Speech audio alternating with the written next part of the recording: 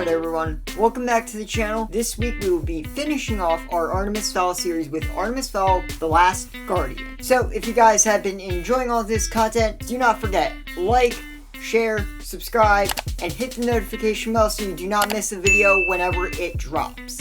With all that out of the way, let's start the review.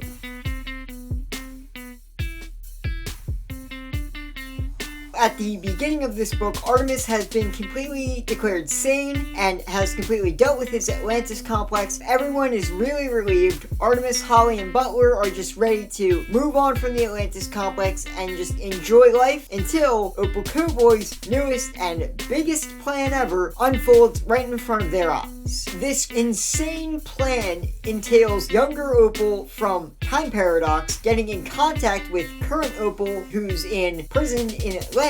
The two of them psychically connect with each other, and our current version of Opel devises this insane plan to kidnap and force a hostage situation of younger Opel. Current Opel has the younger Opel killed in order to use the cosmic energy from younger Opel's death to energize herself to enact another crazy plan. With all this crazy cosmic power, Opel is going to fly to Fowl Manor, where the legendary Bazerker gate is hidden, so she can open the Bazerker gate and use its power to completely wipe out the population of humans so that the fairies can once again roam the earth freely. As always, it is up to Artemis, Foley, Buttler, and Artemis to help out and trying to save the world once again.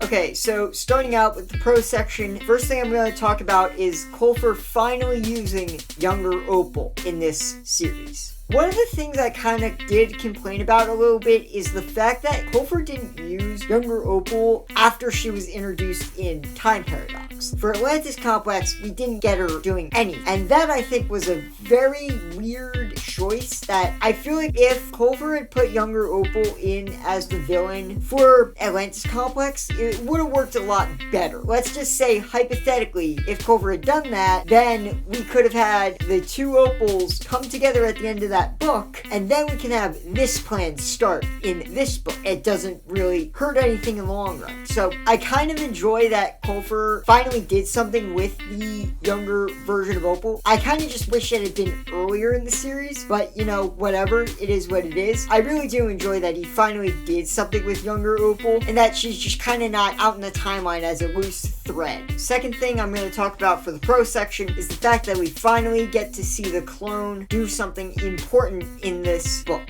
I'm not going to spoil what the clone does in case you guys do want to read it, but let's just say I really like how throughout this book, particularly in the beginning, they established that the clone is just kind of a pity project. No one kind of really knows what to do with it, and it's just kind of sitting in the mental ward and just sort of there. So Holly just kind of becomes friends with the clone because she visits while Artemis is doing his therapy sessions. So she kind of really develops this bond, and she's the only one who really does. Everyone else just kind of writes her off. But what Colfer does in this book, which I really enjoy, he finally gives the clone something incredibly important to do. Again, I'm not going to say what it is because it's a very big part of the end of this book, but I really love how Colfer used the clone, which everyone had kind of written off, and Opel had, I think, completely forgotten about, or like didn't even think would be a factor. And I love how Colfer used the clone in this book, and if you guys want to really get a good sense of what I'm talking about, read this book and you'll understand why I really enjoy what Colfer did with the Opel clone in this book. Third thing I'm going to talk about for the pro section is Foley. Now, surprisingly, Foley was a very fun part of the book, and I really do enjoy Foley as a character, so it's nice that Colfer gave him time to shine, because for the most part, Foley's more or less been in the background, the guy giving everyone advice through their earcoms and stuff, but he never really has had his own arc or anything really to do, so I really do enjoy that Colfer gave him a big part to do in this story. He's the one trying to figure out what to do, while the city's like like crumbling. Like he's the one figuring out what to do. And I really do enjoy that because I do enjoy Foley as a character. I kind of really am disappointed that Colfer didn't give him much to do, but I kind of get it. He's more of a secondary character, but I personally really do enjoy Foley. He's pretty funny, so I kind of wish he had gotten more to do, but I really do appreciate that Colfer gave him a lot to do in helping Holly and Artemis and everyone in this book, and he gets a whole section with his wife, and I really do enjoy that Colfer gave Foley his moment to shine in this book.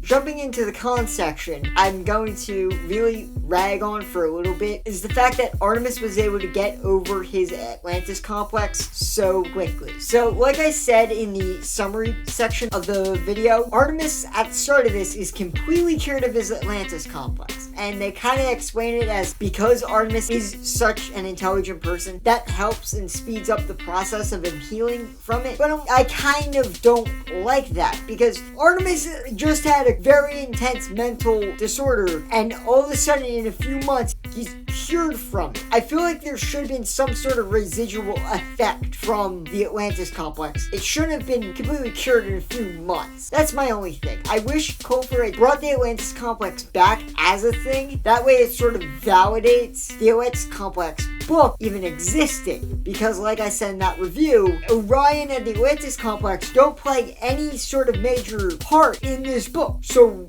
why would you give Artemis a mental disorder like the Atlantis complex and not carry it over? That was my one problem with this book. And particularly at the end of this book, again, I'm not going to say anything in case you want to read the book, but Artemis does something drastic, and it kind of brings up the question, where does Orion go? And I wish Colfer had sort of let the Atlantis complex linger a little bit, or at least let a lot more time pass than a few months for Artemis to get over the Atlantis complex. If it had been like a year or two, then yeah, okay, I could maybe believe that, but not in a couple months. Not with something I think that intense. So again, I feel like Colfer could have dragged out the Atlantis complex and made it a more relevant thing. Why would you devote an entire book to the Atlantis complex and not have it come back? That's the one thing I'm kind of giving Colfer a little bit of grief for. I just wish he had brought the Atlantis complex back and like justified it being created in the first place.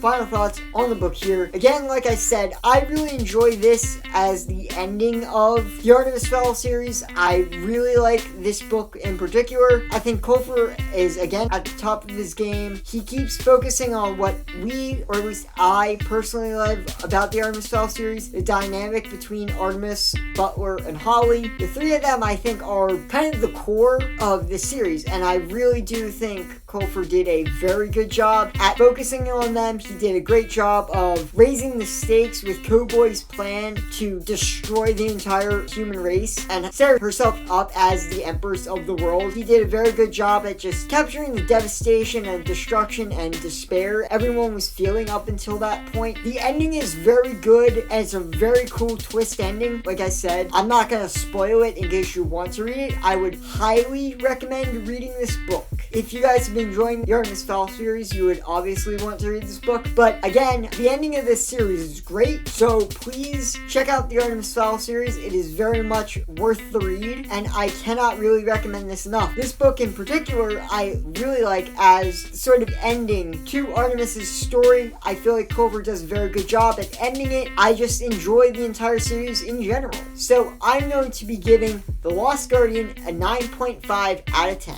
So if you guys want to discuss the Lost Guardian book, please leave them down in the comments, or if you guys want to just talk about the Artemis Fowl series in general, leave those down in the comments. I would love to have a discussion with anyone, and I hope you guys want to talk about the series as much as I do. I have definitely been enjoying all your comments and stuff. It's been very encouraging, so please keep up the comments and let me know what you guys want me to review next. As always, if you guys missed my last book review, or you guys want to check out the Artemis Fowl playlist, I will link to that down in the description, and I will put a card for the Artemis Fowl playlist up in the corner so you guys can go and check those out and just catch up on the Artemis Fowl series in general and see if you guys want to check it out. If you guys have books you want me to do reviews on in the future, please leave them down in the comments or leave them on my social media pages. If you guys want to check out my social media, my Instagram is Riley Murray Book Reviews and my Twitter is Riley T. Murray. As always, I will put links to both of those accounts down in the description so you can go and follow them if you guys want to check them out. So, we have finally gotten through the Artemis Fowl series, so you guys know what that means. Next video will be a ranking the Artemis Fowl series, so I hope you guys stay tuned for that. Thank you so much for watching to the end of the video. Again, if you enjoyed it, please like, share, subscribe, and hit the notification bell so you do not miss any of my videos. I've got a lot of cool stuff coming up. I'm going to be doing some Halloween horror type themed videos when October comes around, so please stay tuned for all that, and I hope you guys watch more of those videos. Till then, have a great week, and don't forget, keep on reading.